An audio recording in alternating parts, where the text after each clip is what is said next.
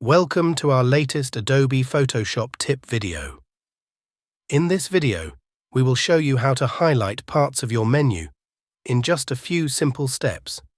So all you need to do is click open the Edit drop-down menu bar, scroll to Menus, and click that to open it. The following pop-up window will appear.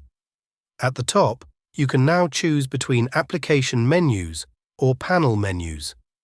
The application menus can be found at the top. The panel menus can be found at the top right of an open panel. Let's look at the applications menus first.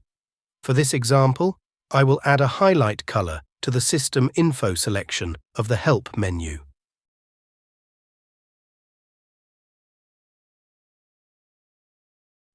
Now, we will add a highlight color to a panel menu.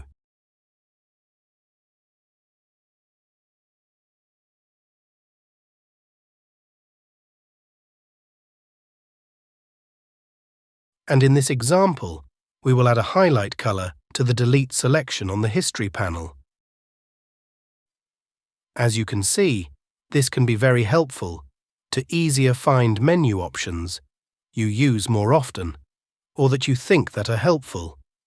We hope you like this video, and if you want to support our channel, please use the Amazon link in the description so we get a small fee.